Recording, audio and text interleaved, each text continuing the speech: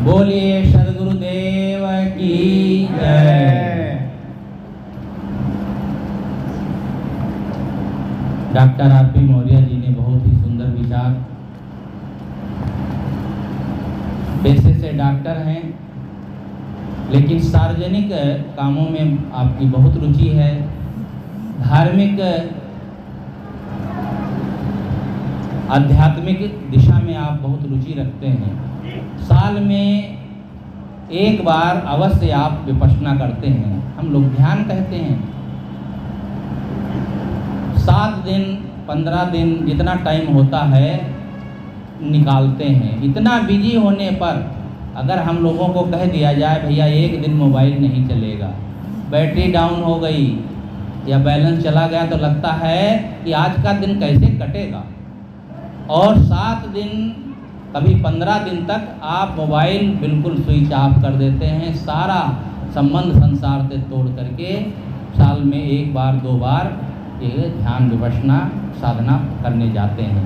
लखनऊ में भी है विपश्यना केंद्र, कानपुर में भी है, जहाँ अवसर लगता है आप जाते हैं। यह बात सबको करनी चाहिए।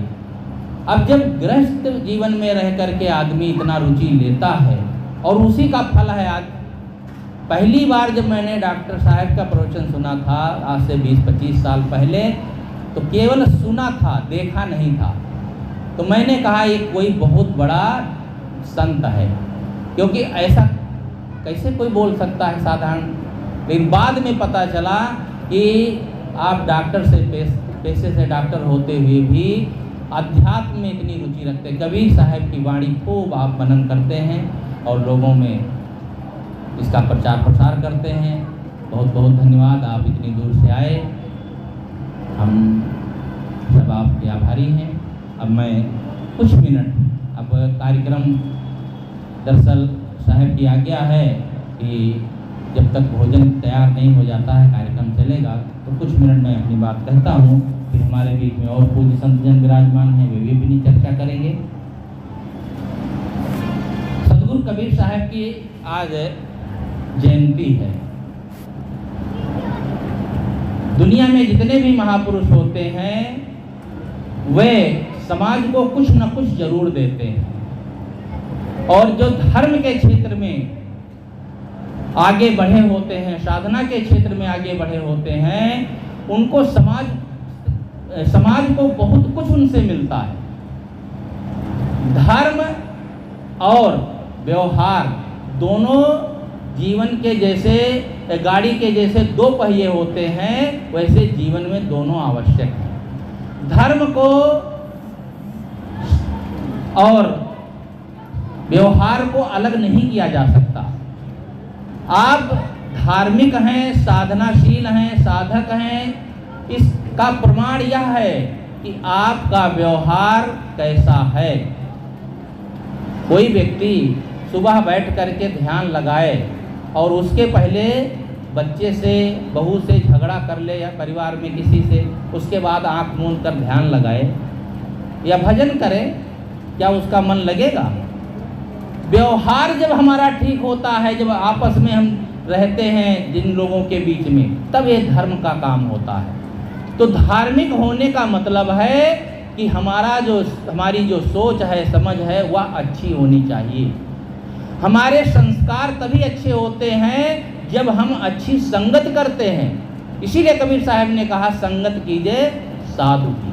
साधु की का मतलब नहीं सफ़ेद जो कपड़ा पहने या रंगीन कोई वेश पहने हैं वही साधु। साधु का मतलब होता है अच्छा आदमी। इंग्लिश में संत को गुड मैन कहा जाता है।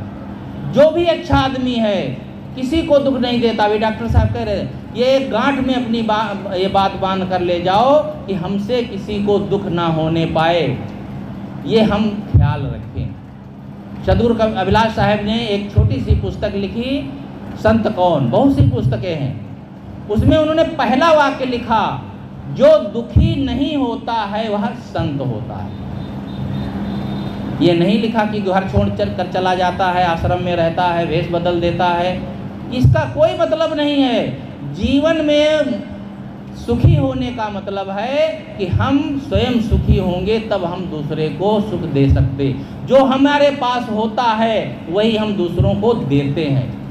आप यदि क्रोध करते हैं तो समझ लो कि दूसरे को दुख दे रहे हैं, और दूसरा पहले दुखी हो ना हो, लेकिन यदि आप क्रोधित होकर के बात करते हैं तो पहले आपका मन तो जलेगा ही, आप तो दुखी होंगे ही। इसलिए स्वयं पर कंट्रोल करने की ज़रूरत है, ये व्यवहार में ध्यान देने की ज़रूरत, तभी धर्म में आगे बढ़ पाते हैं। धर्म के काम तो नौनों ने जाओ ऊपर तक चलते हैं, खूब पूजा पाठ करते हैं, भजन करते हैं, सत्संग करते हैं, महीनों लग जाते हैं, लेकिन जीवन में कोई परिवर्तन आता ही नहीं है। पूजा करने वाले पंडित पुरोहित जो तीर्थों में बैठे हुए हैं, बहुत धार्मिक स्थलों में बैठे हुए, कितना गड़बड़ करते हैं। लोग उन पर विश्वास करते हैं कि ये पूजा करता है, पाठ करता है, तीर्थाटन करता है, यह तो बहुत धार्मिक होगा, लेकिन उनके जीवन में वैसे के वैसे। एक सेठ जी थे तो अक्सर सत्संग में जाया करते थे। वो कब जाते थे? जब महफिल खूब बैठ जाए और प्रवचन आधे हो जाएं, तब बीच में जा कर के जोर से कहते थे जय श्री राम, तो सब देखने लगते थे कि हाँ सेठ जी आ गए। तो लोग ये कहते थे सेठ जी तो बड़े धार्मिक है, सौदा लेना है तो सेठ जी की दुकान चलना चाहिए, क्योंकि ये तो सत्संग में अक्सर आते हैं, सबको पहचानवा देते थे। लेकिन उनकी क्या दशा थी? वे सत्संग सुनते थे और एक कान में आवाज़ जाती थी, दूसरे कान से उनके निकल जाती थी, कोई मतलब नहीं था उनका, केवल एक औपचारिक कृत्य था, बस कर देते थे, चले जाते थे लोगों को दिखाने के लिए। कैसे पता चला? जब एक व्यक्ति सेठ से मिलने आया तो लड़के से पूछा सेठ जी कहाँ हैं? तो लड़के ने कहा सेठ जी सत्संग में गए हैं। कहा बेटा जल्दी बुला दो, मुझे बहुत ज़रूरी काम है। बुलाने गया, सेठ जी बैठे थे, कहा पापा चलिए, एक आए हैं सज्जन बुला रहे हैं आपसे, बहुत ज़रूरी मिलना है। वे उठ पड़े तो लड़का खड़ा रहा, फिर बैठ गया। कहा तुम क्यों बैठ गए? कहा पिताजी थोड़ा सुन लेता हूँ, महात्मा जी बहुत बढ़िया बात कह रहे थे। वो आते आते उन महात्मा की 2-4 बातें केवल सुन लिया था कि जीवों पर दया करना चाहिए, कोई दीन दुखी हो उसकी सहायता करना चाहिए, इसी विषय को कह रहे थे। बस 2-4 शब्द सुना, उसे बड़ा अच्छा लगा तो बैठ गया। कहने नहीं तुम उठो, तुम मत सुनो, अरे इस उम्र में सत्संग सुनोगे सब बिगड़ जाएगा, चलो चलो चलो। अब जब बोलने लगे तो प्रवक्ता जो था, भाई कोई बीच बीच में बोलेगा तो प्रवक्ता की नज़र उस पर जाएगी, तो चुप हो गए। कहा सेठ जी आप रोज़ आते हैं, घंटों बैठ के सत्संग सुनते हैं, और ये बच्चा थोड़ा सुनना चाहता है, बैठ जाने दो, क्यों ले जा रहे हो? कहा महाराज हमारे हृदय पर पलस्तर हो गया है, आप चाहे जो सुनाएं कोई फर्क नहीं पड़ने वाला है। ये कोमल हृदय का लड़का, और ये सुनेगा पता नहीं इसका मन ही बदल जाए। जबरदस्ती उसको खींच ले गए। वो घर गया, सेठ जी अंदर बात कर रहे थे सज्जन से, तब तक एक गाय आ गई। भूखी तो होती, जानवर भूखे होते ही हैं। अनाज रखा था वो खाने लगी, तो रोज तो लड़का भगा देता था। जैसे ही वो खा रही थी बस उसको सत्संग की बात याद आ गई तुरंत कि अभी अभी हम सत्संग से सुन के आए हैं, कोई भूखा दुखा हो तो उसको दे देना चाहिए, बेचारी भूखी है, 2-4 गिलास खा ले, हम कोई कमी तो है नहीं, ट्रकों माल भरा है, अनाज भरा है। बस वो खाती गई। 2 मिनट बाद सेठ जी जब बाहर आए तो देखा गाय खा रही है। जोर से लड़के को डांटे, बेवकूफ तुझे दिखाई नहीं देता, गाय खा रही, भगाता नहीं। कहा पिताजी गाय बेचारी भूखी है, और महाराज कह रहे थे कोई भूखा हो तो खा उसको दे देना। बस बस मैं इसीलिए कह रहा था तू सत्संग में मत जाना। 2 मिनट के लिए गया तो बंटा ढार करेगा? ऐसे सेठ थोड़े बने जाते हैं, एक एक कौड़ी जोड़ के बना जाता है। अब बताओ ये कोई सत्संगी हैं, विचारवान है? ना तो अपने जीवन में कोई परिवर्तन हुआ, ना तो अपने परिवार या सज्जनों के जीवन में कोई परिवर्तन करने का प्रयास किए। और कोई संस्कारी हो तो उसको भी पैर पकड़कर खींचते हैं। ऐसा कोई सत्संग काम नहीं करता है। अच्छे संस्कार दो बच्चों को। माताओं से मेरा निवेदन है, माताएं जो है बच्चों को खिलौना देती हैं। अब खिलौना जानते हो, किसी के घर में गाड़ी मोटर झुनझुना नहीं मिलेगा, ज़रूरत ही नहीं, मोबाइल है ना। जैसे बच्चा रोता है झट से मोबाइल पकड़ा देती। अभी एक घर में गया तो 4 बजे बच्चा रोने लगा। हम 4 बजे तो हम लोग उठ जाते हैं, लेकिन वो 4 बजे बच्चा रोने लगा तो मैंने सोचा बच्चा है, रो रहा होगा। और जैसे बच्चा रोने लगा तो मैंने कहा कोई बात नहीं, रोने दो, बच्चा है, किसी बड़ा हो तो कुछ बोले तो हम ध्यान में बैठे थे, कुछ नहीं बोले। लेकिन वो 2 मिनट बाद चुप हो गया। मैंने कहा अरे रो रहा था, बड़ी जल्दी चुप हो गया। तो देखा उसकी माँ झट से उठी और मोबाइल खोल करके और उसको पकड़ा दिया और फिर सो गई। वो सो गई और बच्चा बस मोबाइल देखने लगा, रोना बंद। फिर मैं जब सुबह हुआ तो मैंने कहा बेबी जी ये बताओ 4 बजे बच्चा रो रहा था और मैंने दिन में भी देखा था, कई बार वो मोबाइल ही देखते देखते सोया था। बताओ ये 3 साल 4 साल का बच्चा, और इसको इतना मोबाइल के आशिक बना दिए, बस रोने लगा मोबाइल पकड़ा दिए। ये इसे क्या सीखेगा, क्या इसके संस्कार बनेंगे? आज यह बहुत बड़ा एक रोग हो गया है। काम की चीज़ है, उसे काम लेना चाहिए, लेकिन इस पर कोई समझ नहीं है। आज तो माताएं समझदार हो गई हैं। बचपन में मैंने देखा था बच्चे को दुलराती थी माताएं, तो एक डंडी पकड़ा दें और कहें ले बुआ को मारो, तो भैया बस बुआ को टुन टुन मारे। दादी बैठी हैं, दादी को लगाओ तो टुन टुन डंडी दादी को मारे। अब क्या सिखा रही हैं वो नहीं पता है, वो दुलरा रही हैं। जब दादी तो चली गई, स्वर्ग लोक पधार गई, बुआ जी अपने गांव घर चली गई, बची कौन? पापा और मम्मी। अब वो बड़ा हो गया है तो डंडी क्यों पकड़ेगा, डंडा पकड़ेगा तो धमकाता है। तब कहते हैं ये ऐसा लड़का, कैसा नहीं है, बहुत बढ़िया लड़का था। आपने सिखाया क्या, आपने संस्कार क्या डाला, इस पर ध्यान ही नहीं है।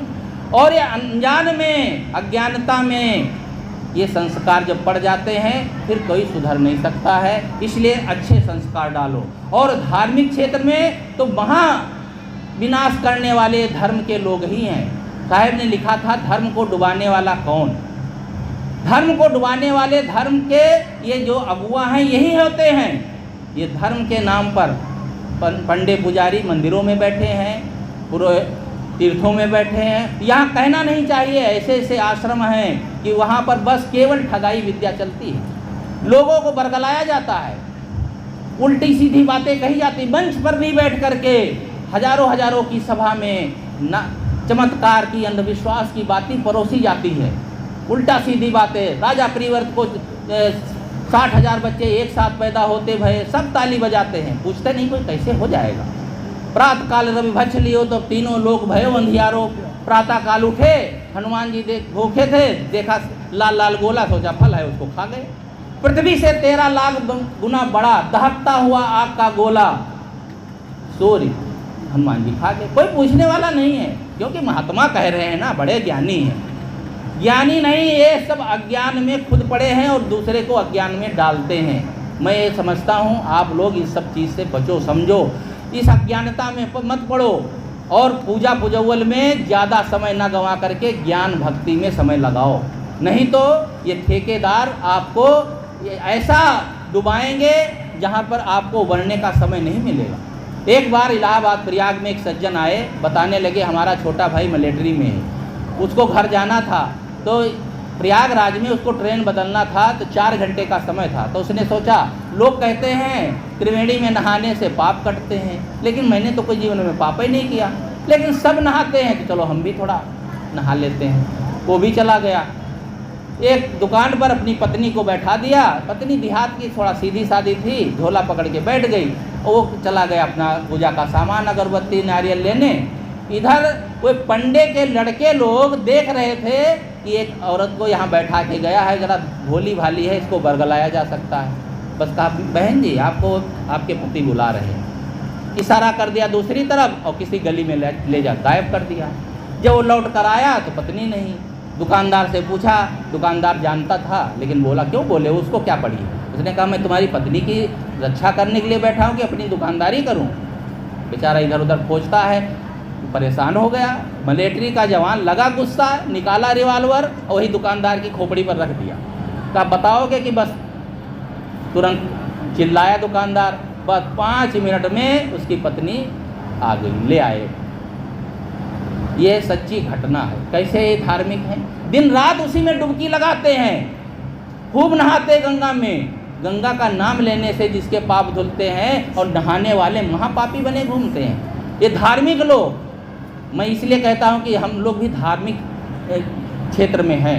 हम लोग यदि बिगड़ी घड़ी बनेंगे तो समाज को क्या दिशा देंगे? इसलिए धर्म के क्षेत्र में आप लोगों को बहुत सावधान होने की ज़रूरत है। कबीर साहब ने इन बातों को खूब विस्तार से कहा है। धर्म कथा जो कहते रही, लाबर उठ जो प्रातः कहाई। धर्म की कथा कहने वाले प्रातः काल सर उठ करके ही लबरी बानी, झूठी बानी और चमत्कार की वाणी कह करके लोगों को भटकाते हैं। आप लोग सौभाग्यशाली हैं जो ऐसे ज्ञानी विचारवान संत गुरुजन मिले हैं, जो आपको सही रास्ता बता रहे हैं, सही जीवन जी रहे हैं, जो आपको सिखा रहे हैं। मैं अपनी बात बहुत नहीं कहना चाहूँगा क्योंकि हमारे बीच में अन्य संतजन विराजमान हैं, उनकी वाणी थोड़ा सुनना है। फिर महंत साहब पधारेंगे, तब आगे का कार्यक्रम थोड़ा होगा, आरती पूजा होगी, उसके बाद भोजन होगा। इसलिए मैं अपनी बात यहीं समाप्त करता हूँ। आप सबको बहुत बहुत धन्यवाद। बोलिए सद्गुरुदेव की जय।